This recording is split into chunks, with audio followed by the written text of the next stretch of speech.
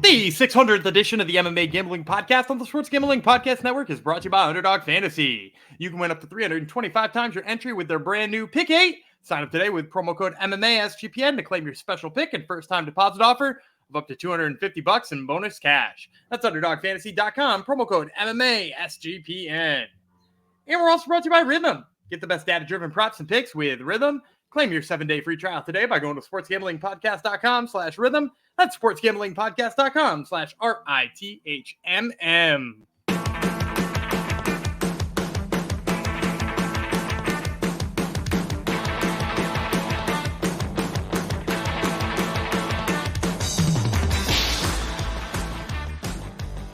Howdy ho, DeGenerinos, and welcome to episode 600, hooray, of the MMA Gambling Podcast and the Sports Gambling Podcast Network, dedicated to all my Canadians. Happy Canada Day. And since I'm working, I'm going to bill double time and a half today, as Gumby will do the same on Thursday. So thanks for coming to the show. We're in a run, or we're just starting a run of regional MMA action, which is good. We get good numbers from you people. You people like it. And my co-host here is very good at making plays, making picks on these events. So it's going to be a win-win episode for all. We're going to kick things off with LFA 187. That's one of the pretty much the lone quote-unquote big promotion that is running this coming weekend, holiday weekend in the United States of America. So we're going to do 2 episodes on it. We're going to hit you off with 5 picks today, 5 plays tomorrow, and tomorrow we'll include the bonus lightning round if there's any other fights that Gumby is interested in on this here 15-fight LFA card. Let's bring in the man of the hour himself. Maybe he can talk a little bit about how he did this past weekend with his regional picks. Is Daniel Gumby Vreeland. Hello. So we cleaned up on PFL, largely thanks to Neiman Gracie, who we got at plus 350, not only winning, but absolutely dominating Don Madge in a way that I pretty much envisioned he would. I think when we were looking at it, I didn't have lines, and I was like, I could see Neiman Gracie at plus 170, and I think it's a steal, and you dropped the knowledge bomb on me that he was plus 350, which is... I was like, I'm beside myself with that number, and held true. So thanks to Neiman Gracie and a couple other crafty picks, not Bubba Jenkins. I was ready to be hurt again, and he actually got hurt. He didn't look half bad until he got hurt trying to take him down, which at least he tried. So we wound up a little bit on PFL, but pretty much gave it right back with Invicta. Although I will say, Invicta, we went 2 of 3, which was kind of a bummer. I felt like I had a better read on a couple of those fights. But then both of the lightning round picks I gave away were plus money when they posted, and both of them hit. So, if you were in on the lightning round picks, which I generally don't count against my record either way, you would have been pretty fine there too. So altogether, not a bad weekend. Yeah, it was the Japanese fighters did not come through for you. You had them both, right, in Invicta? Yeah. Oshima looked good until... I think she looked tired. Yeah, I don't think that's been an issue, but she's a fun grappler. But, yeah, she's way too small, even for atom weight. She's pretty small. Yeah, I think it tired her out, too. I think she was just exhausted at the end of that fight. So, altogether, Invicta didn't go my way, but now we got some data for the next time that Invicta rolls around next month. Yep. Hopefully, it looks like Invicta is going to be up and running monthly now, which is good to see. We can always use more MMA action and run during the week. Don't put it on weekends. How about or do non-UFC weeks? Okay, Invicta, be smart. All right. Speaking of non-UFC weeks, that will be this week here, and LFA wisely is running an event. It's Brazil versus Latin America, so it's going to be a battle of regions. Before we get to that, I got to tell you about what else is happening on our network here after I actually get up the read, so I know who I'm giving props to this week. I know what I'm going to tell you about. The latest episode of SGP Stories is out on our Patreon. That's sportsgamblingpodcast.com/Patreon. And the guys do a forensic files style deep dive on the Bobby Petrino motorcycle accident that cost him his job. Plus, make sure to check out the WNBA Gambling Podcast, as Terrell and Scott have started out red hot with their locks. So make sure you watch and or listen to both those podcasts and subscribe to the Patreon, ladies and gentlemen. All right, LFA 187, Brazil versus Latin America is going down on, it's a Saturday event, I believe, right? 6th, yes, Saturday, the 6th of July, 9 p.m. Eastern time. UFC Fight Pass is where it's going at, which is always the easy place to catch the action. Sao Paulo, Brazil, Ginásio do Polvilho, in a cage, 15 fights. As I said, we're going to hit you off with 5 in-depth picks today, 5 more in-depth picks tomorrow, and then Gumby's lightning round, which if you listen to him, it sounds like they've been hitting good. At least last week, and they came through good for him. So no odds for this card yet, but we'll let Gumby guesstimate where the odds are going to be, and then often you can when the odds do drop, you can make your bets accordingly, and sometimes you can find some value on the other side of things. So before I continue rambling, let's jump right into it. Middleweights: Leonardo Mesquita from Brazil, Vladimir Calvo from, I'm going to guess, a Latin America country, since it's Brazil versus Latin America, Cuba. 3 5-minute rounds, 185 pounds. Calvo, Mega Zord is the nickname. Gumby, he's a Mega Zord. What's a Zord, Gumby? Megazord is a robot from Power Rangers. Yes, it's a nerdy thing. I forgot about that. Yes, Power Rangers. You want to hate on Power Rangers too? Yeah, that's what I grew up on. I figured, yeah, that's your age group. Yeah, I wasn't into Power Rangers. Pretty corny, but you kids like it. All right, I don't have much else to say about Megazord other than he's 2-0 with a knockout and a submission, and this is his LFA debut, if I remember correctly. Uriel Urso is the nickname, which means Big Bear. Yes, Bear. He is a bear. He's 4-1, 2 knockouts, 2 submissions, and he's been knocked out once. So both these men owe us rounds here. 2-1 in LFA, lost his last fight via knockout. Have you been able to get any intel on this Megazord fella? Yeah, I've seen him wrestle quite a bit. He's got a lot of jiu-jitsu competitions out there that you can catch the clips of. He's real into like a fireman's carry, especially in jiu-jitsu. Yeah, you could tell he definitely comes from like a traditional wrestling background, which isn't super surprising from like a Cuban fighter. Like tends to be what you get out of Cuban fighters for the most part. I think this fight's going to come in as a pick'em. This is one of the ones where I had a really tough time trying to decide either side of it. Calvo being a guy who did not come from LFA, and like you said, there's very little on him. He's got kind of a small record. And then over on Mesquita, he is from LFA, but he did lose a recent fight, so you kind of have questions about him. I think it's going to be a pick'em, and I'm going to side with Calvo here. So for me, Calvo, I really do like the size in addition to the wrestling. So on top of him being what I perceive to be a much better wrestler than Mesquita, he's also much physically stronger. Like he's got really broad shoulders. When he gets in on your legs, it looks like he's really in on your legs. And for me, if you watch Mesquita, he does a couple of things that I don't like, particularly against a wrestler. So first of all, he leans when he strikes. And that usually is a good sign of overcommitting to the strike, which means they're ripe for being ducked under and getting on the legs. So I really don't like that about him. He also throws so many kicks. In most of the fights I saw from Mesquita, he leads with like 3 or 4 kicks as he's trying to feel things out. You do that against a guy who wrestles, he's going to catch one of those and turn it into a takedown. And from what I've seen, Calvo's like top control seems to be good enough that he's just going to hold Mesquita in place if he gets him down. I haven't seen so much from his sub game that makes me really like him on a finish or really like him on a TKO, but he seems to have the gas tank he needs. I think he's going to have the openings to get those takedowns. And Mesquita hasn't shown me really enough in the striking that makes me think he's going to be like overwhelming, even if he does have an advantage over Calvo on the striking. So again, I think probably a pick'em here. I can't seem to figure out what side the public would probably be on, but I'm going to be on Calvo.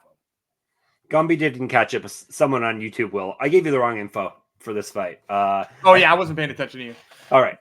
I will quickly, for people keep tracking on, Mesquita is he is the Lion. He's 1-0 with a knockout. This is his debut. Were you reading the Guilherme Uriel? Yeah. I heard one of the nicknames, and I'm like, I think that's the same nickname as Guilherme Uriel. Yes. And Calvo's nickname is Vlad, which is very a short but he has name, he has a small record as well, correct? Yes, 3-0, 1 knockout, 1 submission. So basically, it's the same. That's the thing. This is his debut. Won his last fight via submission. He's 2 years younger, 3 inches taller. There you go. Now you've got all the info on that fight. Now we go to the fight. I should have done off the bat. It's a big boy fight. You already did. Which I technically already did. Guilherme Uriel from Brazil. Weslley Álec. He's from Brazil as well. So this is Brazil versus Brazil action. That is not what it says in the sign. Álec is Megazord. He's got his 2-0 with a knockout and a submission. There it and is. Debuting here. Uriel is the bear, or so. He's 4-1, 2 is. knockouts, 2 submissions with 1 knockout. These guys owe us rounds. 2-1 in LFA. Got knocked out in his last fight. All right, now we can break down this fight. Go ahead. Uriel and Álec. Yeah, so this is it's a good thing I don't listen to you at all. I think Uriel's going to be a favorite in this one. Despite what I said before about people losing their last one and having their record kind of torn apart, he was winning that fight right up until he lost it. He let his hands go. He had some top control time. He stumbled his opponent, and then he just flat out ran out of gas at the end of the first round and got basically standing TKO'd. And Álec, this is another one, a little bit hard to get film on him because I believe did you say he was 2-0? Álec, the Megazord is 2-0. He's actually 3-0 or 4-0, depending on who you talk to, because Tapology would like to discredit a couple of his wins as record ineligible regional fights where one opponent seems to have no avenue to victory and or is perhaps fixed. I don't think any of his fights were fixed from the quick footage I saw, but I do think they were bad mismatches. So I've literally never seen this guy in a fight that is contentious. I've never seen him in a real fight. Let's just put it that way. But I do really like his physical gifts. Anything you've seen from him, he seems like he has all the tools to beat Uriel, despite the fact that Uriel has had tons more experience, has fought tons better fighters, has looked better in the cage from time to time. The size discrepancy is just wild. Álec is going to be, by my math, 6 inches taller than Uriel. He throws a flying knee. He, looks like maybe he has some Taekwondo in his background. Also seems to have really good ground and pound.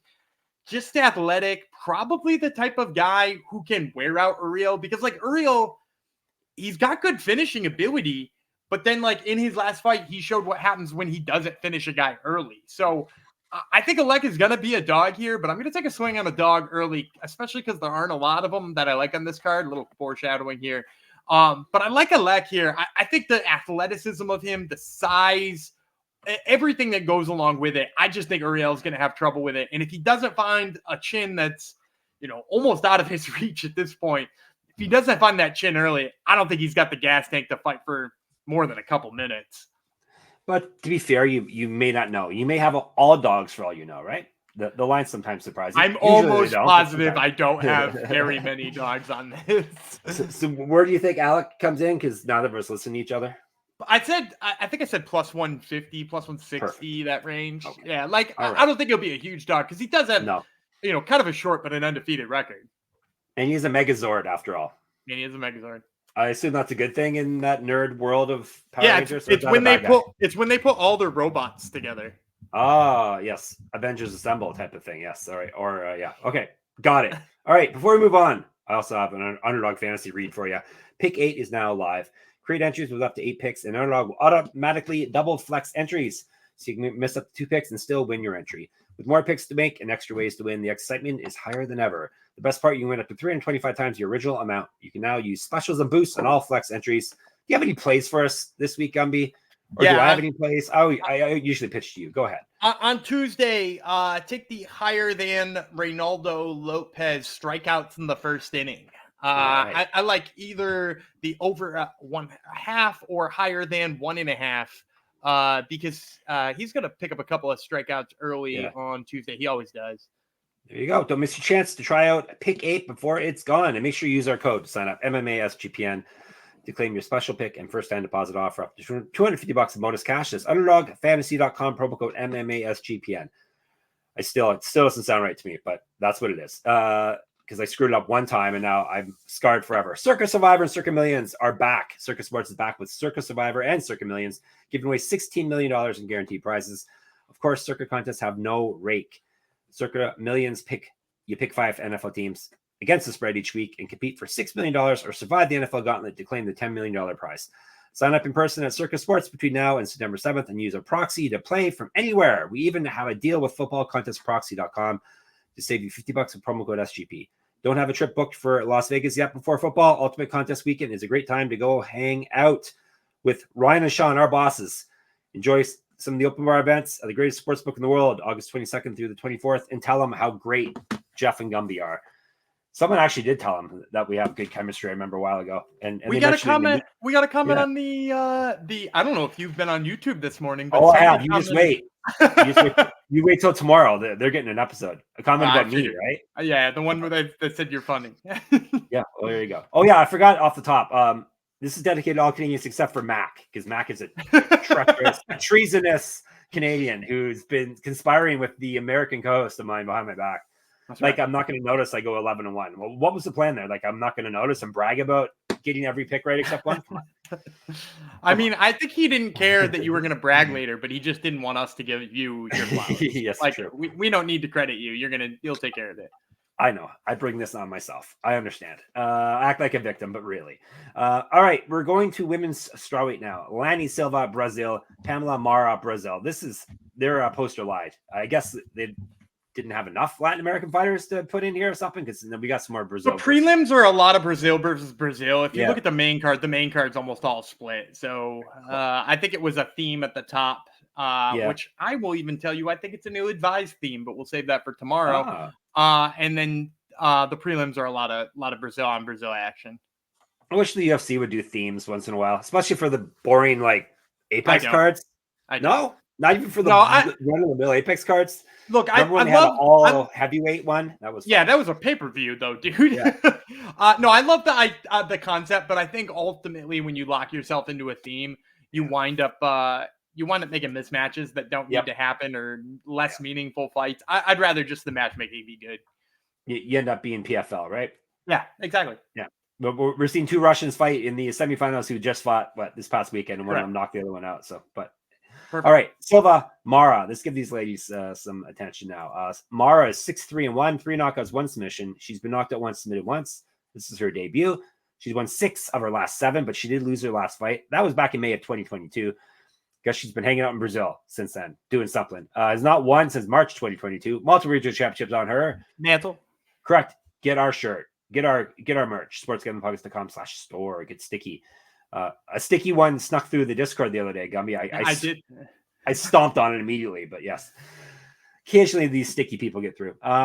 Mara used to fight at flyweight, and she's got 4 inches of reach on Silva. Silva's 4-1 with 1 knockout. Never been finished in a fight. She owes us some finishes, this lady. 3-1 in LFA. Did lose her last fight. 2-0-1 as a pro kickboxer. Champion in that realm. 11 years younger than Mara. So a pretty big gap there. And that is all I got for you. So I think Lany Silva, just being the quote unquote prospect for LFA, is going to be a favorite here, especially with the layoff of Mara. So we're going to see Lany Silva at -250. I have to say, I went back and forth on this fight about 7 times. So I'm going to start by saying the value is probably on Pâmela Mara here. I think this fight is a lot closer than whatever the line will be. Now, granted, if the line comes in at pick'em, I'll eat my words here. But my guess is that Lany Silva comes in -250, possibly even higher. You're going to see Mara north of $2. I'm going to officially take Lany Silva. At the end of the day, I crossed back over the line and said, look, I think Lany Silva is ultimately the better fighter. I'm trying not to write her off too much after her loss. Heck, maybe that loss will keep her number down a little bit. But the bottom line here is that, Pâmela Mara is, you can tell she's got, kind of a Muay Thai background. And she's going to be fighting Lany Silva, who really just wants to keep the fight on the feet and is probably a much better striker than Pâmela Mara, which is why I came back down on the side of Lany Silva. She's faster. She puts combinations together. She's got really good footwork. I like the way she backs her opponents up against the cage. However, in her last fight, she fought Kenton Hede, and Kenton Hede scored a ton of takedowns, really wore out Lany Silva. She just very clearly was not made for that kind of fight.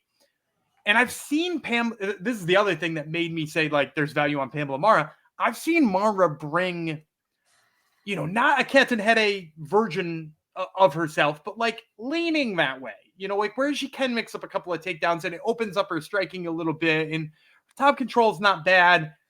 I don't know that she can do so faithfully enough against Lany Silva to win exclusively that way. I also think if Lany Silva stuffs her a couple of times, then Lany Silva is going to feel good about opening up more.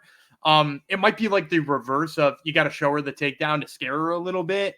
It might like you show her the takedown a couple of times and it builds her confidence. So like, I think Mara can hang with her a little bit on the feet, but not enough to win the fight. I think if she can get her wrestling going, there's a possibility that there's some value there as well. But really, I just think Lany Silva is going to roll over her in terms of the striking. She's really, really fast. I love her combinations. You know, she ran into a really bad style matchup in her last fight, but that's not enough for me to completely write her off. So I'm going to go Lany Silva here, but if she comes in over -200, I'm not remotely interested. All right. Got it. Silva locked in. All right. We are moving to...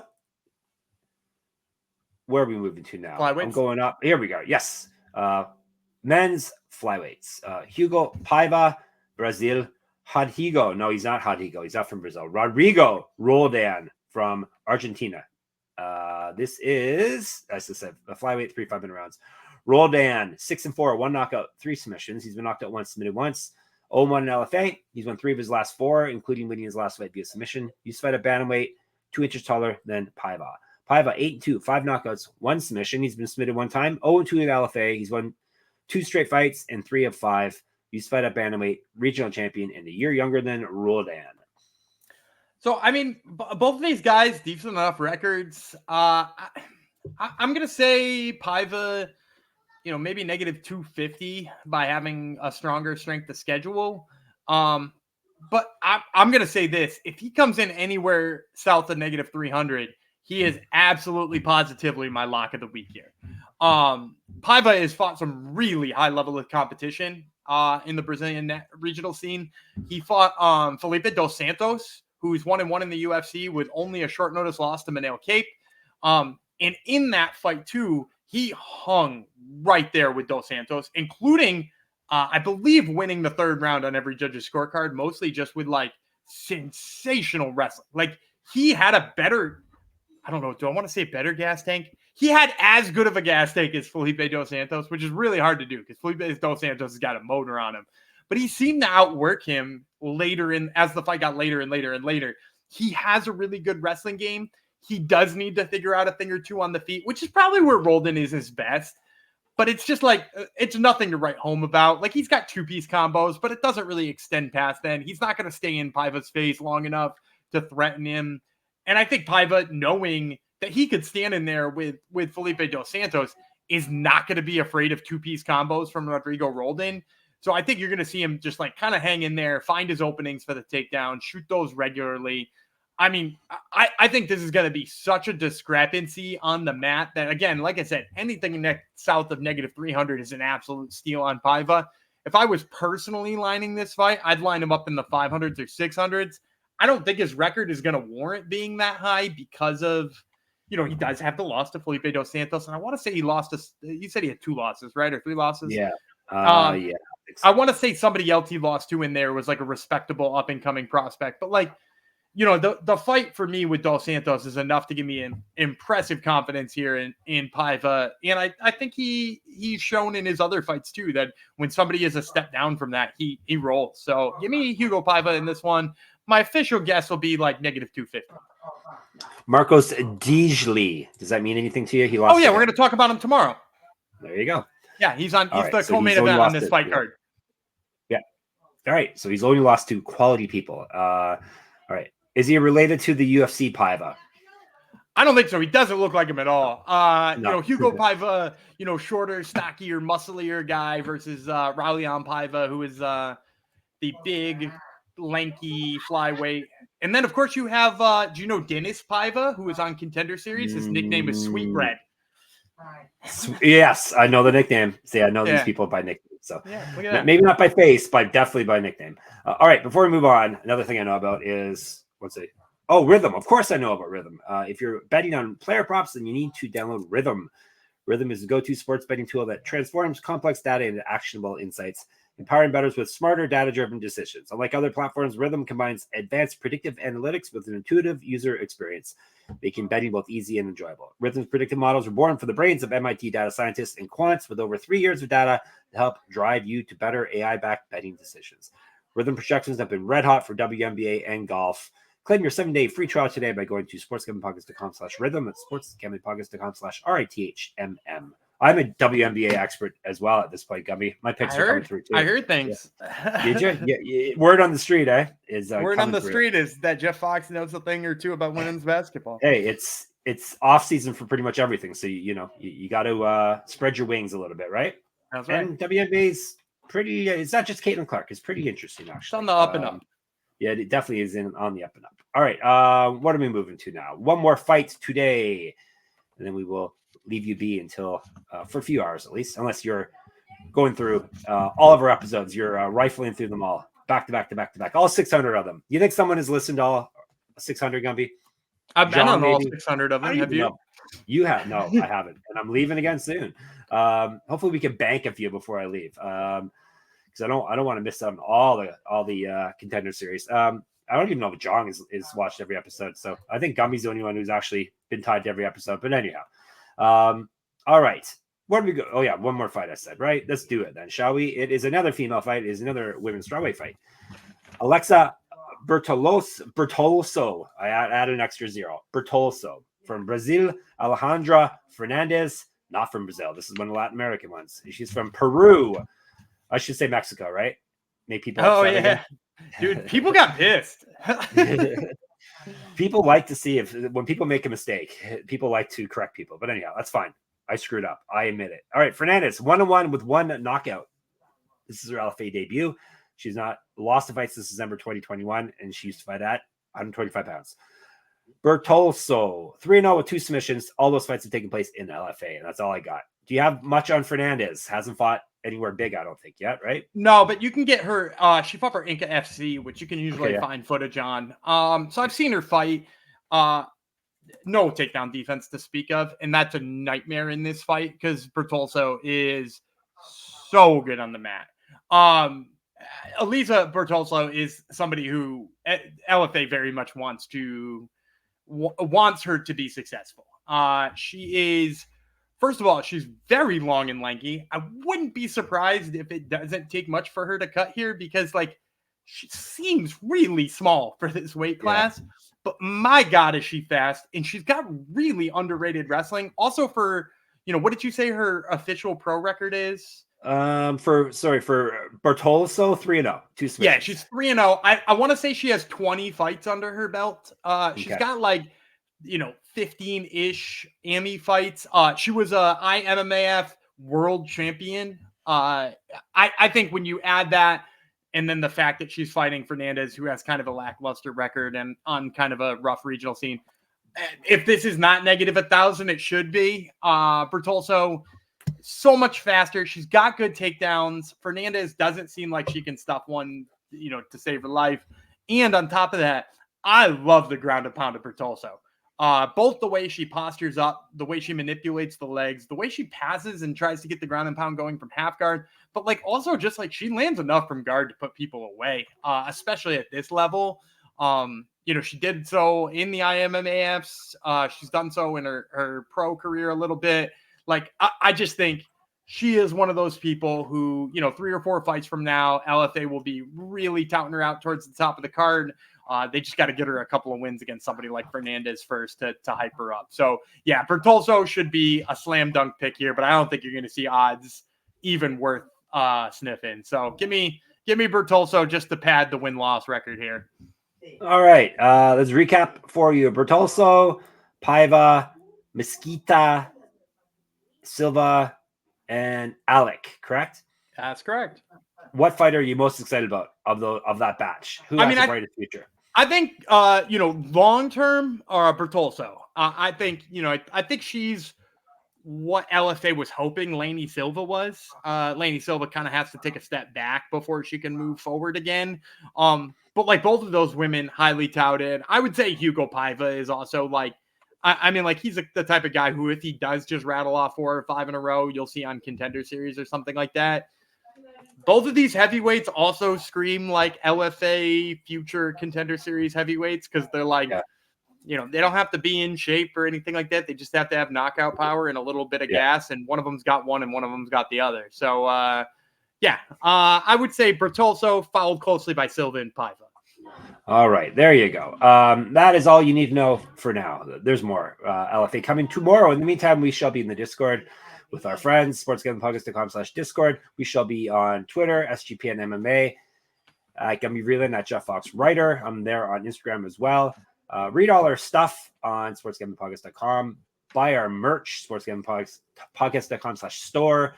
Support our Patreon, sportsgamblingpodcast.com/Patreon. Check out my Money MMA Substack. No pick'em this week because there's no UFC, but I do run a weekly UFC pick'em there. moneymma.substack.com.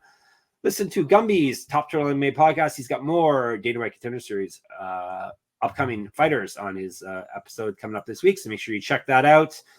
And YouTube, make sure you subscribe and enjoy us there if you like. Even don't enjoy us, just subscribe. All right, as I said, we'll be back tomorrow. Mesquita, Jeff Fox, and Vlad Vreeland, and we'll talk to you then.